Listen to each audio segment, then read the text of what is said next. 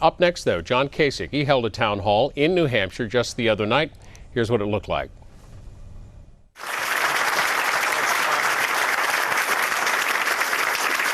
Thank you. So, Doug, where'd he go? Should I tell them that story or not? That's a dangerous question, so yes. Okay. So let me tell you a little bit about who I am before we get into what I think and what I've done. So I grew up in a little town outside of Pittsburgh called McKees Rocks. It's a blue-collar town. My father carried mail on his back. His father was a coal miner, and my father was a Democrat his entire lifetime. Never switched parties. My mother, she was a very intelligent woman, very opinionated, and but undereducated. She could have really been something. She was highly, she would have so many views on things, and she was never afraid to challenge the status quo. And her mother lived with us. She could barely speak English. And the town, my mother became a Republican later in life. The town was blue-collar, conservative, overwhelmingly Democratic, and if the wind blew the wrong way, people found themselves out of work. So when we hear about do people understand the anxieties that people have, I do, because I grew up like that. We never got tickets to the World Series when the Pirates played. We never got any of the special stuff, because it's just not where we were. It's not who we were back in that town. But God-fearing, common sense, and people like to say, well, Kasich's direct. Well, you think I'm direct, I'll take you over to McKees Rocks and we'll show you what direct is, because that's just the way we are there.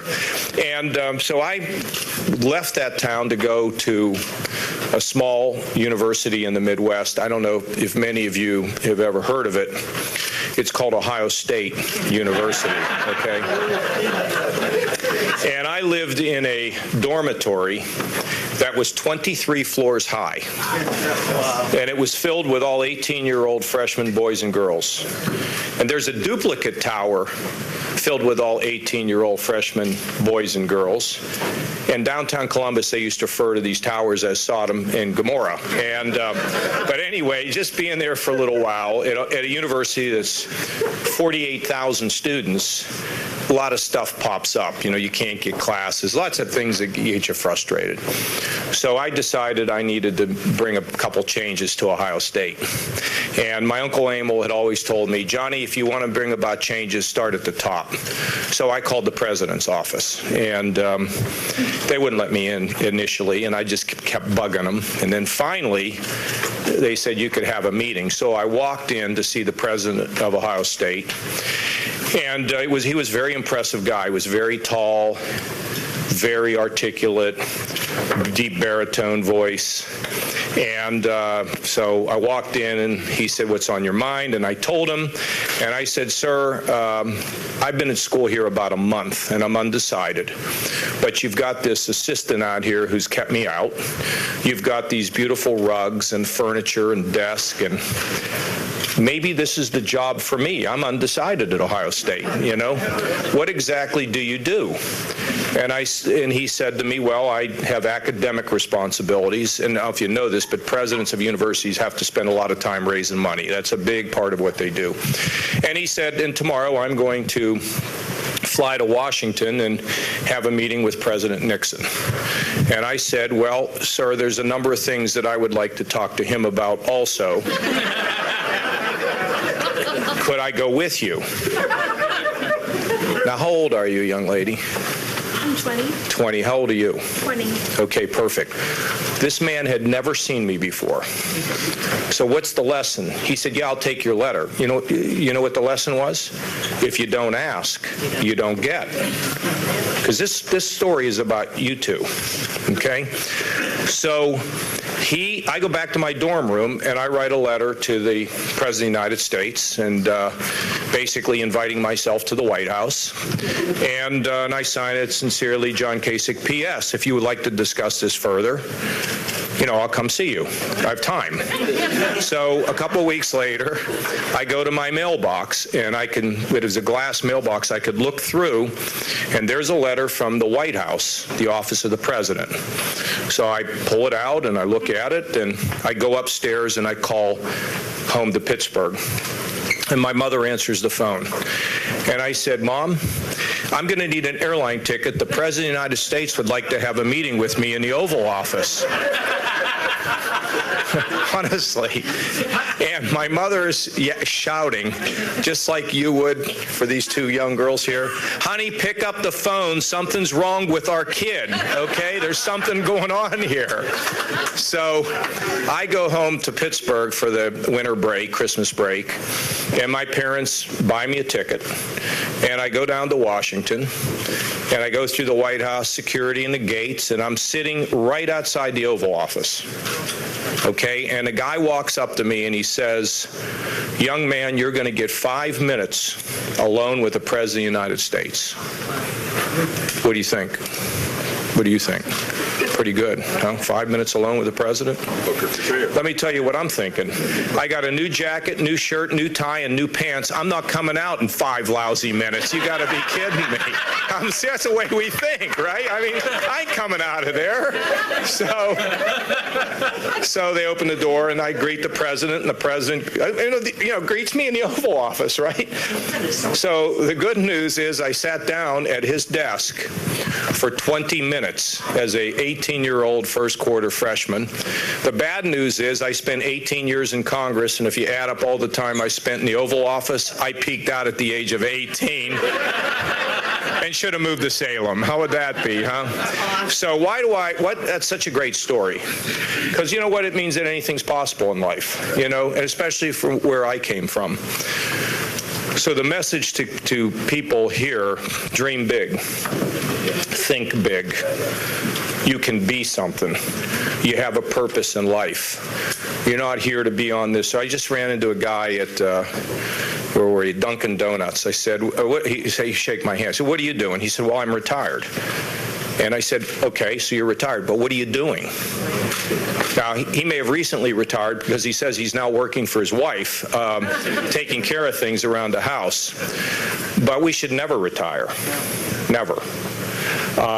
Because we're here for a purpose, justice, healing. I mean, that's what we're here for. And that's where you find real meaning in life. So, I was introduced by a great friend of mine, John Sununu, he's as smart as they come.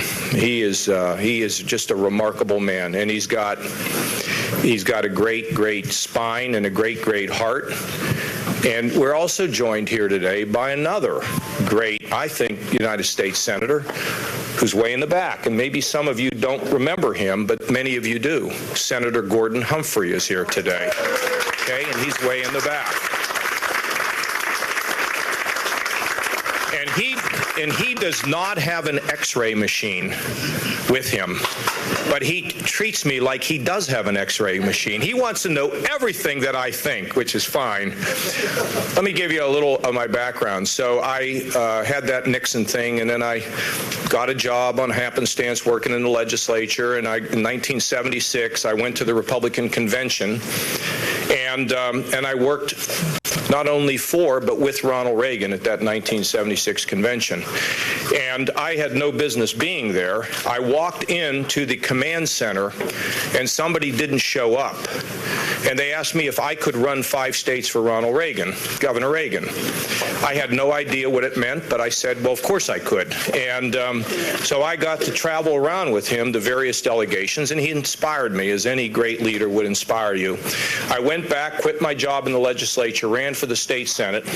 I was about 24 and a half, and I got elected at the age of 26. I beat an incumbent and became a state senator. Had no relatives, no connection to the party, nothing.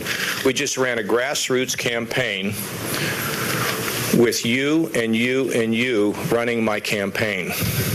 Just like you. We could do it. You could do it? Okay, we got another one we're doing now. So why do I say that? Because I'll tell you what's important about it.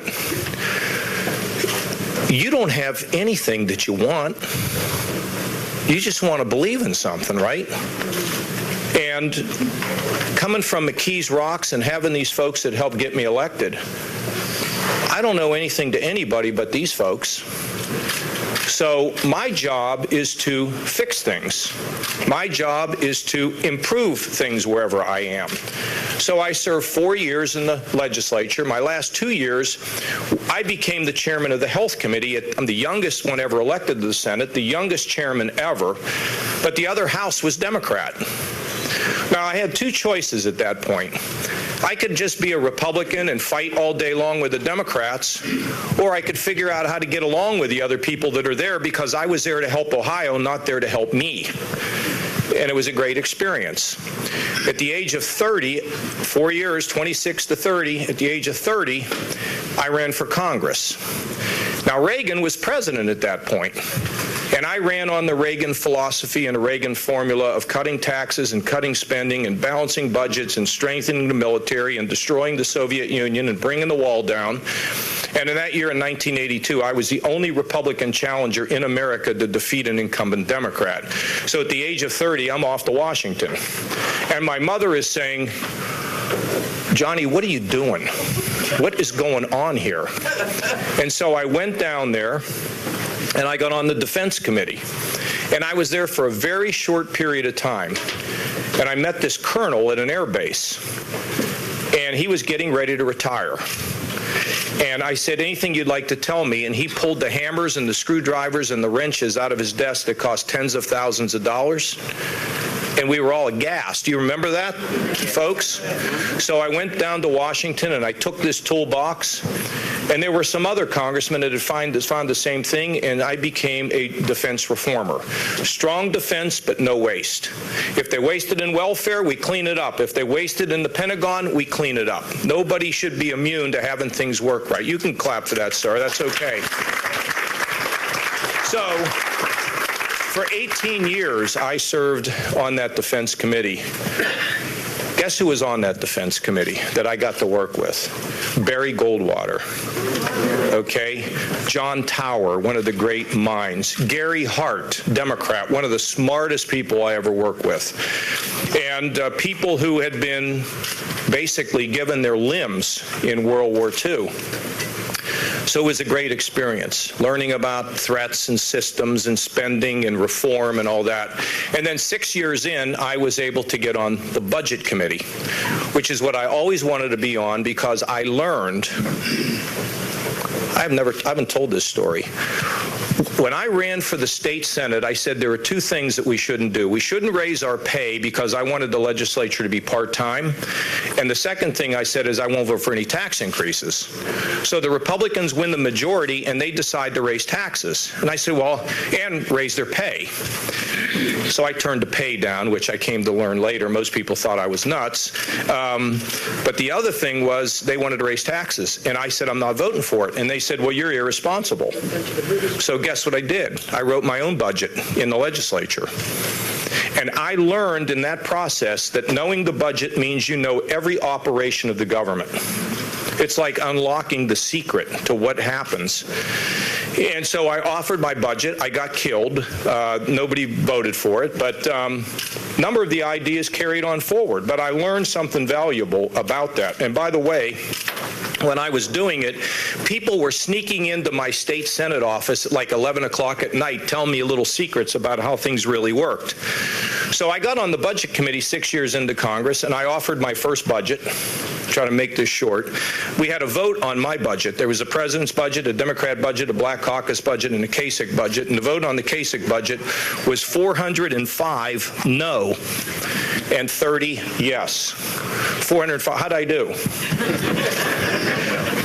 But there were 29 other people that thought we were onto something. So year in and year out, I would offer a new budget, and the numbers would grow. Girls, another story here, okay? You believe in something, as long as it's, rational, you keep believing in something, it's amazing how it can happen. So John Sununu comes to Congress, he works with me, and after 10 long years of fighting to balance a budget, why do I want to do it? One, we shouldn't mortgage our children's future, and secondly, the value of running in debt is not good for people, families, states, governments, the federal government. So in 97, So in 1997, along with Senator Domenici, I become the chief architect of the balanced budget, and we actually got it done. And we paid down the largest amount of the publicly held debt in modern history, and the budget hadn't been balanced since we walked on the moon, and it hasn't been balanced since. You know what I've learned in these town hall meetings? When I tell people that we balanced the budget, you don't really believe it. You don't believe it, but we did it. We were in balance for 4 straight years, and when I left Washington at the end of all that, we were running a $5 trillion surplus. So the idea that we can deal with our problems today, yeah, we can. Can't play politics, but you can get it done. So I left government. I'd accomplished what I wanted to with the budget. I'd accomplished what I wanted to do with defense, and I just announced I'm leaving, and nobody could figure out why, but I did, and I went out in the private sector. And I was a banker, worked at Lehman Brothers. I was at Fox News. You all remember when I was at Fox. I was huge. You remember? And that's why O'Reilly still doesn't pronounce my name right, because I did such a good job hosting his show. So that was a lot of fun. But I want to go back to something. I really want to cover just 2 quick things. They're maybe not so quick. We'll take, if we have to run over, fine. Here's the thing. We are made for a purpose. This is what I believe. You can believe it. You don't have to think to it. I think we're made for a purpose. And I think each of us are given gifts to do certain things in this world. Positive gifts to do positive things. Some people never find them. But I believe the key to satisfaction in life is to find out what those gifts and that purpose is and to do it. So I'm out there having a great time doing, making speeches. They were paying me. I mean, it was unbelievable.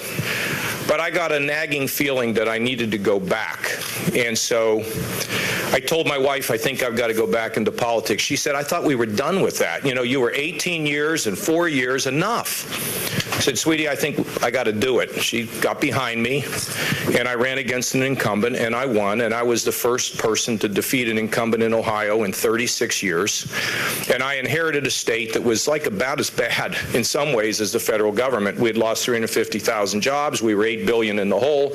Our credit was going to be downgraded, and people were hopeless. And now after 4 years, 4.5 years, the $8 billion is now a $2 billion surplus. We've cut taxes by the largest amount of any sitting governor, $5 billion. We killed the death tax and basically killed all income taxes for small business because we believe in small business. Our credit is rock solid. We're up to 350,000 private sector jobs created, and no one's been left out. If you're drug addicted, we help you. If you're mentally ill, we help you. If you're developmentally disabled, we want to mainstream you. If you're autistic, the family can get insurance. If you're in a minority community, we want to create entrepreneurship, and we're helping. Now, I ran for re-election in Ohio. That's a state where we found out the election results 2 days later, right? So I won 86 out of Ohio's 88 counties, including the county that Barack Obama won by 40 points, Cuyahoga County. I received 26% of the African-American vote. I was able to get 51% of union households and 60% of women. And it was the second largest electoral win in the modern history of Ohio. And why did it happen? Well, first of all, I have a great team. I'm just the orchestra leader. I have a great team, and we're creative and innovative. 2 things. You want to go to work? We've raised the hope factor in Ohio. We're going to work to create an environment where jobs can be created, because that's our greatest moral purpose. But the second thing, I try every day to communicate a message that you're not left out, that you have a chance to get your life back, that you have a chance at opportunity. And what could be greater than that? to help people get on their feet, to reward people who risk take and work hard, to not punish them when they create jobs and they're successful. I mean, that's what it's all about. So then I decided, after a long time, I'd run for president, and I'd do it for a couple reasons. One, I have a record. I mean, when I talk, it's not about what I'm going to do, it's what I've already done. And what we really need to do is we need to get on a roadmap to balancing the budget. We need to rebuild our military. We've got to infuse citizens with the idea that their lives matter and they can make a difference. I mean, these are all things that I would do, but this is not just what here's what, in theory, what's going to happen. I've been able to do it. And secondly, I do understand these frustrations that Americans have about losing their job at 51 or kids not being able to get a job with huge college debt. There are solutions to this. But the other final thing I want to say to you is a little bit sounds like a sermon. You know, over the weekend I was reading about these two young people who were trying to fly to Syria to join ISIS. They live in Mississippi, Starkville, Mississippi. It's a beautiful little town. Mississippi State's located there. Did you read this story? And it was after I had read the story of ISIS taking 12, 13, and 14-year-old girls, putting them into the sex slave trade business, passing them on to fighters, and having it acceptable to rape these little girls. I mean, that's an attack on Western civilization. It's an attack on all the values that we believe. And yet I got these two young people that I'm reading about who want to go join that. How's it possible? Well, you know, what they offer, these murdering, lying savages offer the promise of family or friends or purpose about how you're going to get to paradise by coming and joining us. And then when anybody gets there, of course, if they ever attempt to leave, they'll kill them. But what about us? How could two people from Mississippi and doctors who live in London or successful professors and these people, I'll tell you what I think. I think over time, we in the West, we pursue two things too much of the time. I want to be happy, and I want to be free to do whatever it is I want to do, and leave me alone. And when that's all you do, your life lacks meaning. You can't find meaning by only searching for happiness. You find happiness by having meaning. And in our culture today, and this is not a president, really, it's us here in this room. We are meant to be bigger than ourselves. We're meant to have a purpose. We're meant to be a center of justice and healing in whatever way we can. If it's working with a kid to get them to not do drugs, or if it's mentoring a student in school, or if it's helping a senior citizen who just lost their spouse, when we do things to help other people, we feel good. And I think we get a reward for it in the long run. That's the trip that we want to take to paradise. So this is a political campaign, right? I consider it to be more important to be a movement. We all have to rise up again as Americans and realize that what we do makes a difference. So figure out what you're going to do. And you're going to find satisfaction and happiness. Okay, enough of all that. What do you want to know? Yes, sir. Just recently, I served 6 years in the Army National Guard down in Massachusetts, recently enlisted.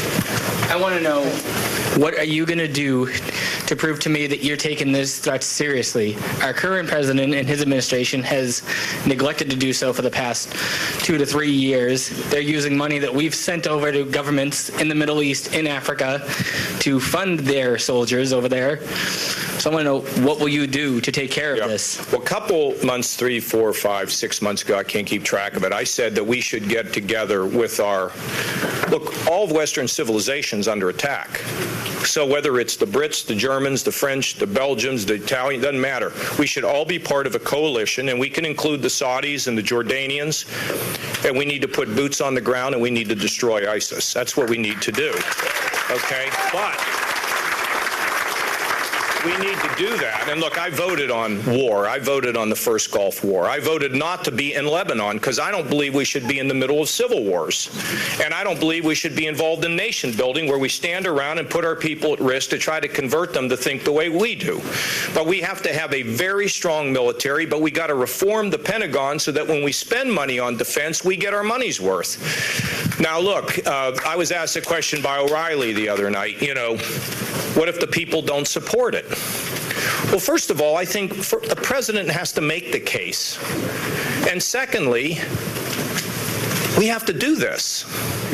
And sometimes you have to lead. Now, that doesn't mean that you get so far ahead of the crowd, because, look, I've been ahead of the crowd, and they pounded me down, okay? But it's not going to keep me from leading. And sometimes I have to do things as the governor of Ohio that, look, after my first year in office, I had 28% approval. You got to work hard to be that unpopular, okay? But it was not my job to win a popularity poll. It was my job to fix Ohio. And by being willing to walk basically a lonely road and take the heat, that's okay. Guess what? I won that unbelievable re-election. And I mean, it just works that way. There are legislators who are afraid of their own shadow. Across the board, across the country. You're in politics to die 1,000 deaths. In war, you die once. In politics, you can die over and over and over again and come back. That's why I love Sununu. Sununu, take a risk. Sununu's not going to sit around saying, well, I don't know that I can decide this because people might not like it. Or Gordon Humphrey, who after 2 terms said, okay, I've made a promise, I'm leaving. And maybe we ought to send him back someday, I mean, I could think of somebody he could defeat. He's saying no. Come on, Gordon. But anyway, sir, take care of business, come home.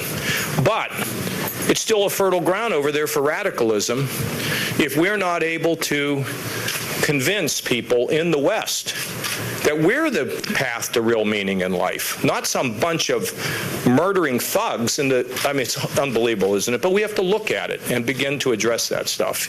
Yes, right here. Thank you so much. Since you're joining my team, make this easy. Okay. Well, you've heard it before. My name is Ruth Mason, and I am very close to retirement age, as if you couldn't tell. And I would like to know what you're going to do to ensure the stability of Social Security, as well as to ensure it for future generations, so that the very pretty 20-year-olds over there will have something to look forward to when they get to my age. Yes. Well, we're not putting you out to pasture, by the way, so I don't know what the heck you're talking about. But here's the thing. In 1999, whatever, I wrote a Social Security plan. It would have taken some of the $5 trillion surplus and used it so that young people could get a couple % of private accounts where, as America's economy grow, they would grow like federal employees have, plus their Social Security. Baby boomers would start at a slightly lower level, and our seniors and those close would be protected. Now, that was offered 16 years ago and would have stabilized the system for about 100 years, something like 50 to 100 years. But they never voted on it, didn't care about it, or got afraid of it. So those principles are still pretty much intact. But we don't have the $5 trillion to pay for the private accounts, so we have to work through all this. But here's what I will tell you. I've reformed a lot of entitlements in my life. We've taken Medicaid from about 10% growth, where the per capita growth is about, well, it keeps coming down and down. And we're managing the program. We've moved people into managed care. We pay bills exactly and not rounding off. We let people stay in their homes if they want to be in their homes instead of a nursing home. All these things that improve competition between people who deliver the services, all these things have come together to work. In 90, when we did the balanced budget, we did some changes in Medicare. We made the wealthier pay for some of the premium for Part B. But I don't want to turn Social Security into a welfare program, okay? So, but the reason why this has all worked is because people saw the problem and we came together. And any Social Security plan, Medicare plan we're going to do in this country has to have some bipartisan support.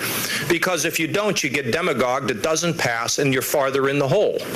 The same is true on immigration. You're not going to fix an immigration problem without having both parties agreeing to fix it.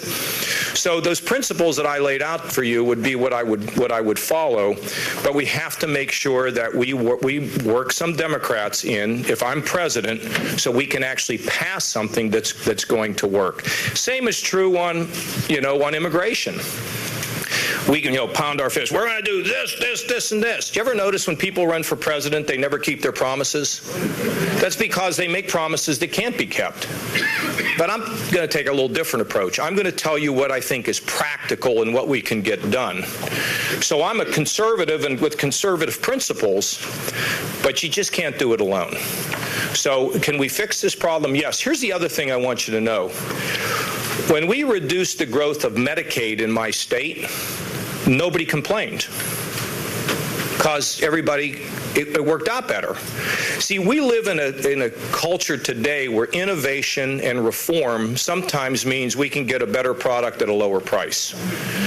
We have to stop thinking that just because it's government, it operates like it's, in the Flintstones, okay? I mean, government can work more efficiently and more effectively if we think outside the box. I was talking to somebody here in New Hampshire. I'll give you a good example. I don't know if this will work, but a member of the legislature, and he said, we'd like to put this fancy new IT system in so we can pay our bills better and manage our government better, but we don't have any money to invest in the system. I said, why don't you try an earn-out? He goes, an earn-out? What's an earn-out? I said, well, you have these companies that are all telling you that you're going to save money if they put their system in, which you will buy.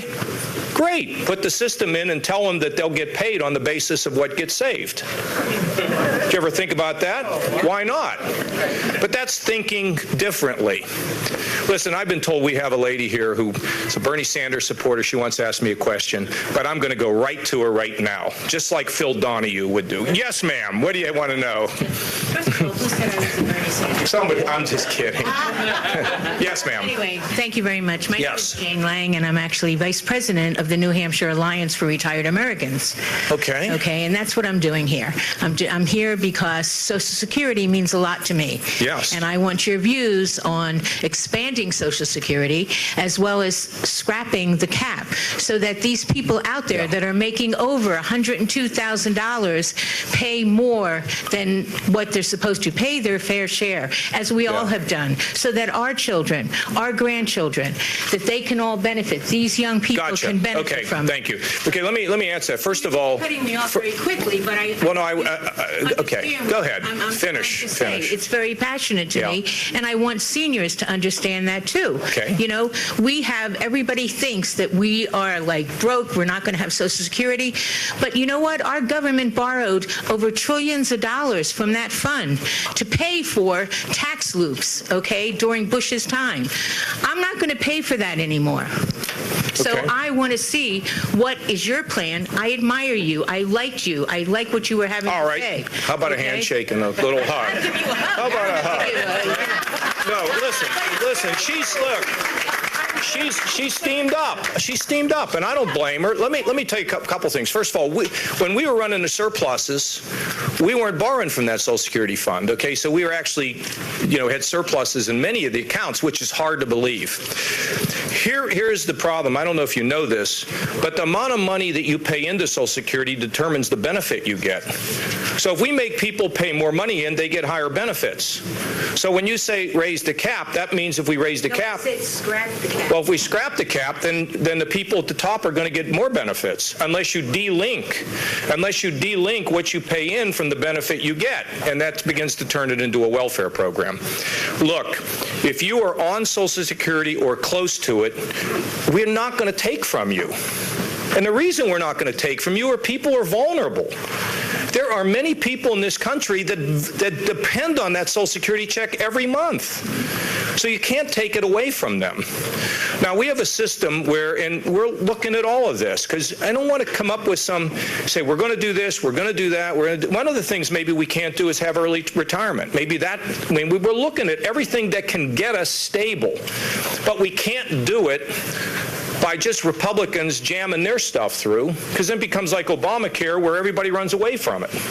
So their principles. The principle is if you're on it or close to it, we don't take anything away from you. But in determining our initial benefit, and I don't get into the calculations, the number calculation, it's determined on something called wages and prices. And at the time I said it should pick one, either wages or prices, and that's where your benefit begins for the baby boomers.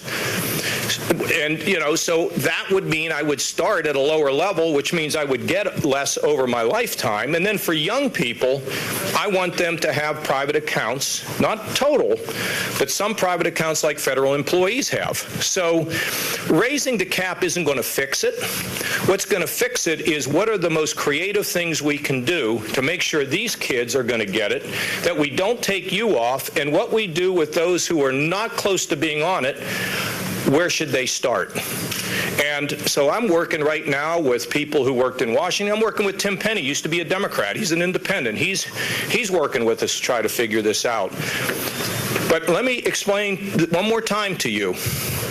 There are people that have no other source of income. And we can't turn our backs on poor people. I don't do that in my state. And we're not going to tell our seniors, tough luck, you're out of luck. We're not going to do that. Now, that's what I'm telling you I do. I don't know what anybody else is going to do, but I'm telling you what I would do. And you know what? I don't make promises that I don't keep. So I've now stuck myself, and we're not going to take anything from people currently on it. It wouldn't be fair. And they can't plan for it. And that's why you have to have a transition so people can plan. Now, in terms of loopholes, I created this thing called the Task Force on Corporate Welfare, because I don't think it's right for big companies to get benefits, and it's corporate welfare. I don't support it. So I had this task force together. You couldn't believe how many liberals would run as far as they could to hide in the woods so they couldn't be part of the task force. And we made a little bit of progress. Pharmaceutical companies in Puerto Rico.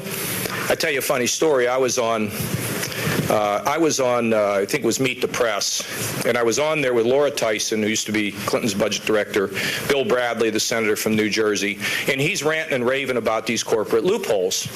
So I said, Senator, I've got a suggestion for you. Why don't we take the tax preferences away from the pharmaceutical companies in New Jersey who put a bunch of their operations in Puerto Rico? That was like rejecting his motion to the basket. He never got heard from again in the show. But we have to look at all of these things. We have to look at all of these things that are out there. Now, when we say loopholes, you got to be careful that what's described as a loophole isn't something that literally helps somebody keep a job or get a job. And I tell you one other thing I'm not happy about. I'm for free trade, but I am not for trade where people come in here and dump their stuff in our country and destroy our jobs. It takes like 2 years to figure out. U.S. Steel makes $1 billion investment, and then the Koreans dump pipes in the country. They undercut our prices, and they put our people out of work. Baloney. We should have a system that immediately takes into account that that's happening. Because a couple other things. American worker matters. I grew up, my father carried mail, my uncles worked in steel mills. They didn't have a white collar. They were carrying the stuff in and out of the furnace. I get that. So we got to have fairness for everyone and give everyone, the middle class and lower income folks, an ability to have the tools. Hey, my mother never went to college. Grandma lived with us, could barely speak English. My father's father was a coal miner, and I might become the President of the United States. Why? Because that's America. So, thank you, ma'am. Thank you. Okay. Yes. It's not an entitlement. Pardon? It's not an entitlement. Well, when we pay into it, you know, when No, that's not, Social Security is not an entitlement. Well- We earned it. Thank you. I hear you. Yes, young lady. I agree, yeah. Let me see if I can guess this. I'm like the Amazing Karnak. Is this about college costs? No. Oh, okay. Hi, What do you want to be? I'm an environmentalist. Okay, you are an environmentalist, right? Yes, Okay. yes, I am. You have made a moral case for Medicaid, correction reforms, and education. The Pope has said that morally we are failing the planet because we are not acting on climate. How is it moral to freeze your clean energy standard, and how is it moral to kick the can down the road for climate change? Good, very good. All right, let me talk about a little bit about this. I think the Pope is onto something here. I don't like what the Pope says about economics because free enterprise and free markets have freed more people from poverty than any system. But maybe what the Pope is saying is that we shouldn't worship at the altar of materialism. You know what that means? Okay, it shouldn't all be about, you know, because Michael Novak, the great Catholic theologian, says that a free enterprise system that's not underlaid with a set of values is bankrupt. So I had this big guy telling me he's going to move company out of here because he can make more money if it's not in America. And I'm thinking, what about the moral side of that? So now, when he talks about the environment, he's in agreement with Francis of Assisi. You know who Francis is? Any Catholics in here? Francis of Assisi, okay? You know, he called the birds his little friends. Francis Schaeffer, who was an advisor to Ronald Reagan, one of the great theologians in modern time. He's gone now. And he talks about the environment and ecology. So God created us, human beings, and part of our responsibility is to be good managers and stewards of the rest of his creation, which includes the environment. Now, he does not want us to worship the environment. That's called pantheism. He wants us to respect the environment. Now, our goal is to make sure we balance between economic growth and ability to have a clean environment. And I think it's achievable. I do. In my state, the legislature mandated 25% of our energy to come from renewables, okay? Now, here's the problem. We can't meet the number. These were a bunch of politicians who plucked the number straight out of the air and said, this is what we're going to do. So if we can't meet the number inside of Ohio, we got to go buy energy somewhere else at a premium, at a high price. Now, you all want to bring manufacturing back to America. There's three things that we could have going for us: lower transportation costs, wages now that are beginning to be competitive, and finally, low-priced energy. You run a steel mill, you want cheap energy. You want to make things, you got to have cheap energy. So we weren't going to be in a position of where we were going to go out of state and drive up the cost of manufacturing in Ohio and put people out of work. So what I told the legislature is, I believe in solar. I believe in wind. I also happen to believe in nuclear, by the way. And now, but we need to come up with a number that will fit our economy, that will work. Now, some in the legislature wanted to just basically forget the renewable program. And I said, that's not acceptable. And so now we have a group that's working on resetting the number so we can develop renewables, and yet we can make sure that we have economic growth. Now, there's some things that are really exciting coming down the road. The cost of solar energy, the costs have come down. Wind energy is by and large subsidized. It's not practical yet economically, but it's subsidized at the federal level. The nuclears, there's Southern companies building a nuke right now. We'll see how that all goes. And we believe in geothermal and all those things, but they have to all fit in. Battery development's exciting. A friend of mine has a Tesla. It's the craziest car. You try to figure out where the motor is, and there ain't one, right? But it only goes 200 miles before it runs out of fuel. So, young lady, what I want to tell you is I want to compliment you on caring about this and coming here today. And you know why? Because you have to stand for something. And when you're fighting for a cleaner environment, you have more meaning in your life, don't you? Yes. And that's why I'm proud of you for doing it. Thank you. And you're on to something, and let me tell you, I'm committed to this because we don't want to. I got 15-year-old girls. I don't want to damn it. Lake Erie, we're cleaning up Lake Erie. We got to fight with everybody to make sure that we didn't put manure on frozen ground that can go into Lake Erie and create algae blooms. I mean, we're on all this, but we got to do it with reason, carefully, and consistent with people having work. Yes. Yes, ma'am. Thank you. I've been waiting. This is like The Price is Right. You were so excited, you know? Yes, I was. Hey, come on down. Because my point means a lot to me.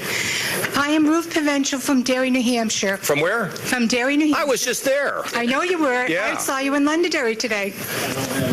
Oh, at the school thing? Yes, sir. Yeah, that was fun.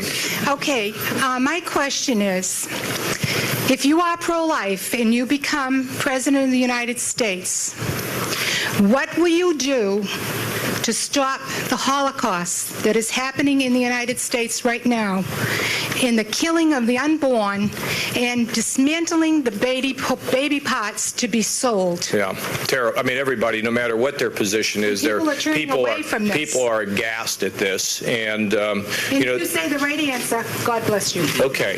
Well, look. No, I've always been pro-life and voted that way, and I do believe in the exceptions of rape, incest, and life of the mother. And I think it doesn't matter who you are, whether you're pro-choice or pro-life. What you've seen happen here with Planned Parenthood has just been unbelievable, and nobody is supporting it. And now there are efforts to work through all the different traps to figure out how you can have family planning without supporting that organization. And so they're working on it in Congress. We're looking at it in the state of Ohio, and we'll see where this ends up. But I'm pro-life, ma'am. Would you be giving money to Planned Parenthood? No, I wouldn't be. I wouldn't be. We shouldn't be giving government money to support abortion. I mean, regardless of how you feel, I think people would be consistent with that. Yes, sir. Governor, you have a record of respecting the law, whether you like it or not. I would like to ask whether you can respect the Roe versus Wade decision, and I ask because as a lifelong libertarian, I'm looking for a candidate to support who is both a fiscal conservative and not a threat to a woman's right to control her own body. We got. I mean, here's I'm going to get the two of you together. There used to be a show. Obviously, it's the law of the land now, and we live with the law of the land. Yes. Yes, ma'am. Thank you for the question. I was wondering, if you were elected president, how would you approach the gun lobby to make some progress in getting assault weapons off our streets? Look, in 1994, I voted for an assault weapons ban, and I found out we just passed another superfluous law that didn't have really any impact. I'm a Second Amendment supporter. So, I mean, I'm a believer that we should have tough laws against people who use a gun in committing a crime, but I think people have the right to protect their families, to hunt. And one thing I do worry about, however, are the checks that we have against those who have mental illness, because we don't want them buying guns, and we know that there are holes in our system when it comes to sending a warning to people when they come in to buy a gun, and we need to have it. I mean, I think we've seen it over and over and over again. But that's why it's so vital that we begin to treat the people who are mentally ill and have a place for them in an emergency situation to be hospitalized. I mean, there's so many things to talk about on this, but I think fundamentally the Second Amendment ought to be upheld. Yes, right here. I was wondering, have you had an opportunity to look at the recently negotiated Iran deal, and what's your opinion? Well, I'm going to really shock you. I'm not for it. Okay? Okay. Here's my concern. I mean, I have so many concerns about it. And I'm not knee-jerking against it just because you got to if you're a Republican. I want to praise Senator Schumer for his courage. You know, people talking about taking away his position as the Senate Democrat leader because of this. But God bless him. First of all, we're going to let up the economy of Iran. I'm not convinced that we would have regime change, but I want those young people to be very unsettled in Iran, to stop listening to those ayatollahs. And if we are to let their economy rise, I think and then they have more money that they can fund these groups like Hamas and Hezbollah. That's very, very bad. In addition to that, You know, we were just reading about ISIS using chemical weapons against the Kurds. I don't know if it's been totally confirmed, but I think it has it, okay? Could you imagine what it would be like if they had their hands on this nuclear material and what they might do with it? What they might do with it in a harbor in one of our cities? And it's just unbelievable. So, look, I hope the Senate's going to turn it down. Look, here's what's happened. I think the president and the administration fell in love that they needed to have a deal. I don't know if you've ever gone out to buy anything, but when you fall in love with what it is you want to buy, you end up paying a heck of a lot more than you should. And I think no matter what the Iranians would object to, basically, they would just excuse it. I mean, now the Iranians can buy ballistic missiles after 5 years. The whole thing is really bad, and let's see how this whole thing turns out, okay? Yes, ma'am. With regard to ban on assault weapons, people can protect themselves with a gun, but they do not need assault weapons, and that seems to be where the majority of the extensive killing has been in this country of innocent people. So it's really just the assault weapons. No, well, look, that's all a big fuzzy definition. I've been there already, and you know, it just doesn't work that way. You pass laws, and look, at the end of the day, people need to people want to be able to protect themselves and their families, and I'm for that. I'm not for eroding the Second Amendment. Yes, sir, right here. Yeah, Governor, I'm a financial advisor at Salem. One thing we talk about the budget a lot and being balanced. I understand our current president has never signed a budget. We just do continuing resolutions. So would you actually have a budget process in the grand bargain that we used to have? What do you mean, the grand bargain? Well, if it's a grand bargain that I've been watching in Washington, I don't want a grand bargain, okay?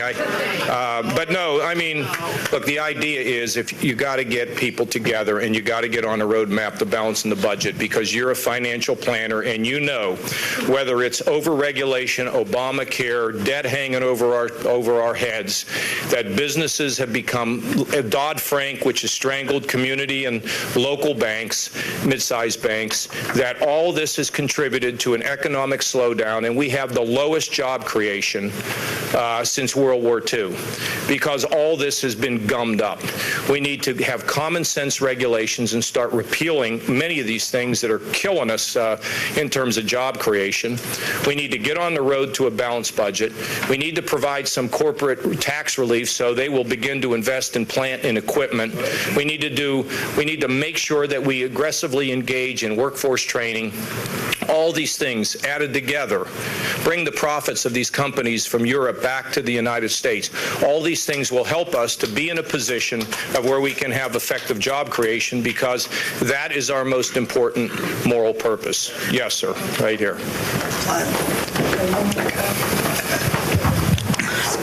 You've made mention of the Medicaid program at least twice. Now, as a Medicaid consumer and as somebody who serves on a statewide Medicaid Policy Advisory Board, I have figured something out. The main problem with the Medicaid program is the Medicaid program. It simply doesn't work. The answer to solving that problem is to allow states to opt out and to create some sort of a voucher system that would go across state lines so that I would be able to purchase my own plan with the help of a case manager, of course. Now, the issue with that and the stumbling block that we have with regards to that is the Medicaid enhancement tax. See, the state of New Hampshire could opt out if it chooses to, but we would still be on the hook for paying that tax, and the $700 million would stay in Washington. What do you suppose? What I would do, in a nutshell, is I would take the Medicaid program and I would empower the states to design a program for the people that live in their state so that the people who are poor and disadvantaged can have a model that fits them. But again, we would still be on the hook for the Medicaid enhancement tax, and we would still be paying money. You would get your money back here, you see. Yeah. And, all I would tell you is I think block granting that program, moving it back to the states to design a program that works, but I would say this, the Medicaid money shouldn't be used to pave roads. It should be used to treat poor people. And that would be the one requirement I would have out of Washington. We don't want to take that money and use it for some purpose other than for which it's intended. Yes, sir, right here.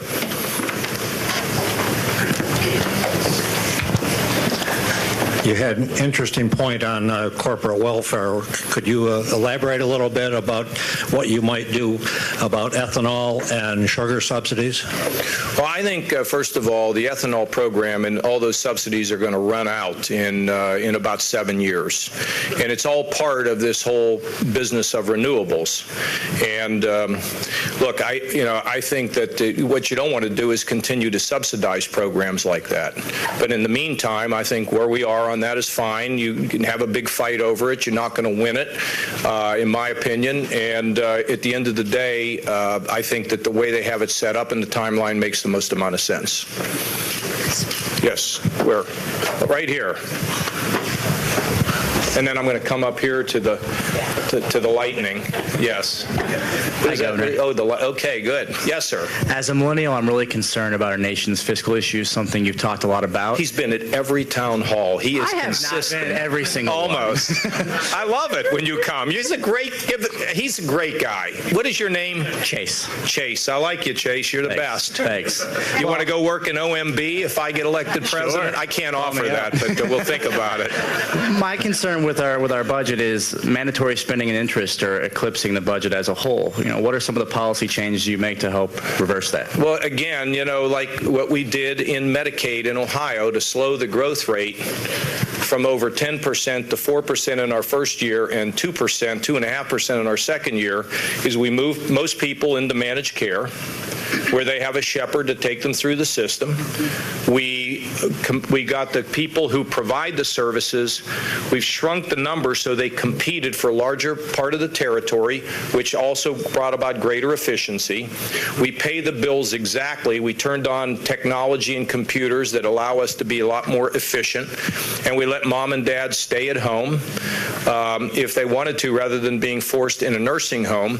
And in the middle of all that, we were able to more align our nursing home reimbursement with what's happening in the rest of the country. So, and now we have a program that I think is a replacement for Obamacare, and that is to empower our primary care physicians to work with the providers and to work with the insurance companies to drive a positive outcome in terms of quality medicine at a lower price. And I'll give you one example. In our community, the Children's Hospital has made an agreement with the insurance company around child asthma. Asthma is one of the big reasons why kids are hospitalized. They have developed protocols so that kids would be healthy, but they don't have to be hospitalized. So therefore, the hospitals get less revenue and the insurance companies get more money. Guess what? They're sharing the benefit of that. So the insurance company doesn't get as much profit, and the hospital gets some of what they've lost by not having higher revenues. The kids are healthy, and they don't have to be hospitalized. We need to move to quality medicine away from quantity medicine, and I think that's the direction the country needs to go. He gets the last one. It's the last one right here. In light of the Supreme Court ruling on gay marriage, do you think about time that the Supreme Court have televised hearings or these audio recordings? No. One of the worst things look, I'm all for openness, but let me tell you, they thought, well, if we open. The answer to that is no. I think the Supreme Court ought to do it the way they do it. There ought to be reports. I was going to make a comment about Congress, but I'm not going to do it. But to make a long story short, what you don't want people doing is playing for the cameras. Some of these decisions are really important, and everything doesn't have to be televised. There are very severe jury decisions and court decisions in this country where they ban cameras where appropriate. So I would say no. But I haven't thought about it before. You could maybe make a case and change my mind, but at this point, I would say no. Thank you all very much, and God bless you.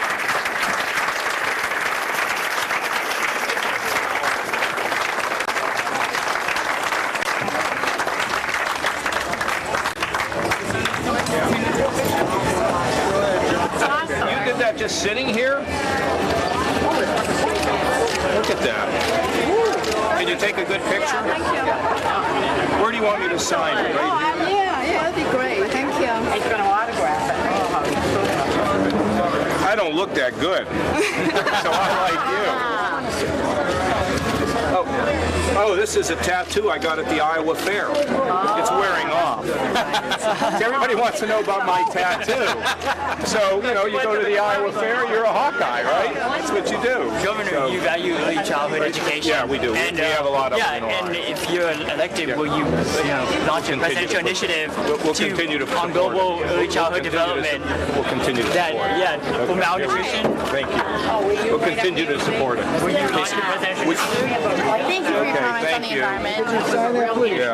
Governor Kasich, would you support a flat tax? Do you support a flat tax? It's very complicated, and you got to figure out how you're gonna get there. So just to say yes wouldn't be fair. How do you get those voters for Trump away and get I don't worry about that. Just let me be myself. It's a brilliant strategy they're getting in that first debate. Oh, thank you. It's like Bruce Rounder's following your trajectory in Illinois. Well, I hope so. Bruce, a good man. Okay, thank very you. good. Thank you. Okay. Will you want a ball sign? Yeah, sure. In this place? You know what? I don't mind doing it because you're going to sell it, but can I use my own pen? No. It's better in the ballpark on baseball. So. Okay. Thank you, Governor. What did you think about A-Rod hitting another, Grand Slam? Well, I think Ben Cherington shouldn't have been fired. I hear you with the Red Sox. I got you. Oh, my goodness. Oh, Larry, how are you, man? We should get your thoughts, too, okay? So, yeah, with Wayne. You know Wayne. You said you take a picture real quick? Yeah. My cell's on there. Yeah, we will. You very simple ideas that connect us. Yes. Okay. Good, Larry. Thank you. Ready, 1, 2, 3. Okay, Larry, we will call. Larry, we will call. Here, if you take that. Thank you. Okay, we're going to do a little gaggle, and then I got to go to another meeting. Thank you. Okay.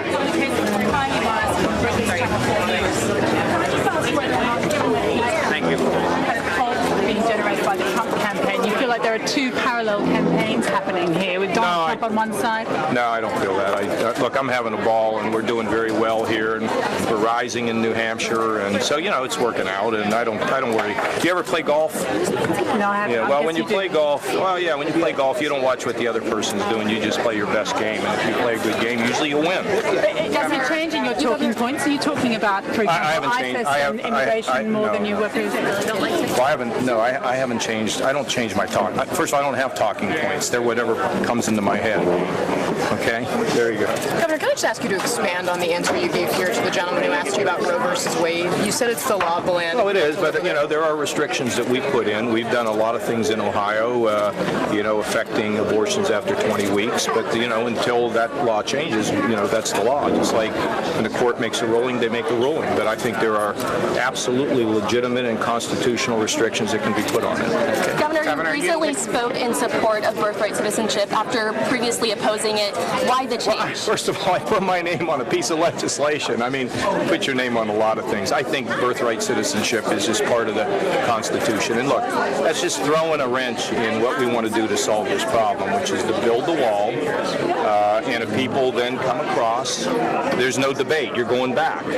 And then a guest worker program so people can come in and go out. And at the same time, you look at these 11, 12 million, if they haven't violated the law, then there can be a path to legalization for them. And I think all that makes sense, and I think it could pass the Congress, and I think it will be supported by the public. And you don't think it incentivizes illegal immigration at all? I'm done with that question. Governor, let's have two more endorsements the last few days from a number of all kind of endorsements. I don't know what's going on in the party. Why do you think it is that Jeb Bush has not been able to consolidate that part of the party, and what kind of opening does that provide to you? If you think I'm going to answer that question, you're nuts. all I can tell you is I have been blown away by a couple of things. First of all, Tom Rath is a great endorsement here. The governor of Alabama calls me up out of the blue and says, I want to support you for president. And allowed me to go to Alabama and go to that church where those 4 kids were blown up, in the 1960s. And I had a great time with the governor of Alabama, where he's going to travel with me some of the time. I think it's great. We just have a great endorsement here of the former speaker. I got the former speaker in Iowa yesterday, Brent Sechrist. Charles Barkley is talking nicely about me. I mean, the round mound of sound. I mean, it's really interesting. But look, things go up and down. I've been talking about this. She asked a question about ISIS. I've been talking about that because this has been in my head for a while. And when I read the dual stories of the rape of those girls and how these girls told stories of these men said, I will get closer to God by raping you, I couldn't even believe it. And that's on top of the executions and the beheadings. And then Roger Cohen wrote a great piece in the New York Times on Saturday that talks about what's been happening in Western civilization. And I called him yesterday, and I mean, I got to say my own thing, and he says his. But the idea that people who are folks that live next door to us are interested in ISIS, it's because some of them have lost meaning in their life and they're searching for it desperately. So we got to destroy ISIS and these radicals on the battlefield, but the battle of ideas goes on. And the West has to be clear about what we're all about, what meaning in life means, that there is happiness that comes from meaning and helping and raising and justice and healing, and that the path to paradise is through that, not the path of rape and murder. And I want people to hear this, because this is not a typical, haven't you figured that out? This is just, I just do these things because I think people need to hear it. Because whether I win or lose, I'd like to do some good out here. I actually would like to do some good. And so I don't change things, but I'm not like stuck anywhere. I don't have a teleprompter. I don't have talking points. I mean, I study issues. People used to say, well, he's undisciplined. Do you think I have been? We're tied for virtual second place in New Hampshire. I'm having a ball. But I want to do good. At the same time, I'm doing this, because at the end, if I don't win, I will feel that I will have contributed something to my country. One more. You get 2? Okay. You've done 14 of these so far. Is that how many? According to... I probably got about 144 more to go. I'm just wondering, what have you learned about New Hampshire voters and what they care about that you didn't know before? Well, they're just like Ohio voters. They're like voters everywhere I go. I mean, they are wondering if the system works, whether they get fair treatment, whether they get, the shaft. What about, am I going to lose? There was a lady at Wendy's the other day, and I said to her, what do you do? And she said, well, I was just training somebody who took my job when they outsourced my job. Now, you know how she felt? And I couldn't believe it. And then she says, I know these people who had committed felonies in their youth and they can't get a job. I said, okay, give me your number. We'll see what we can do. People who go to college ring up massive debts, and their kid can't get a job to pay the debt down. I mean, these are all concerns that people have. But you know what? People want to be hopeful, and they want to be optimistic. And what I really learned more than I ever knew before is that your record matters, because all they hear is a lot of hot air. And when somebody can deliver, when they can deliver the mail or land the plane, it has unbelievable power with the voter, because they're tired of all the promises and they're tired of not seeing results. So thank you all very much. Education question. Some of that support that you're getting, you got a great one. Push fatigue. Oh, I did. Okay, out the back. He's got a Sharpie. The outside. Okay, you guys got a limit, okay? Yep. I'm trying to accommodate you, but try to limit. I appreciate it. Don't take advantage of it. I missed you. I missed you, sir. Good luck. Well, my goodness, that was that long ago? Bob, will you stand right next to him? Okay, and I'll get out of the way. Thank you very much, Governor. All right, thank you. Thank you. Okay. All right, thanks. Thank you very much. Thank you. Which way are we going? Same way we came back.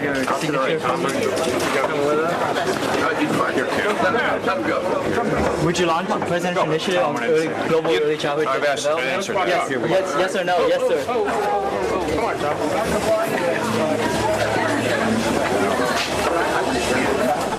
I'm the leading state sponsor of terrorism.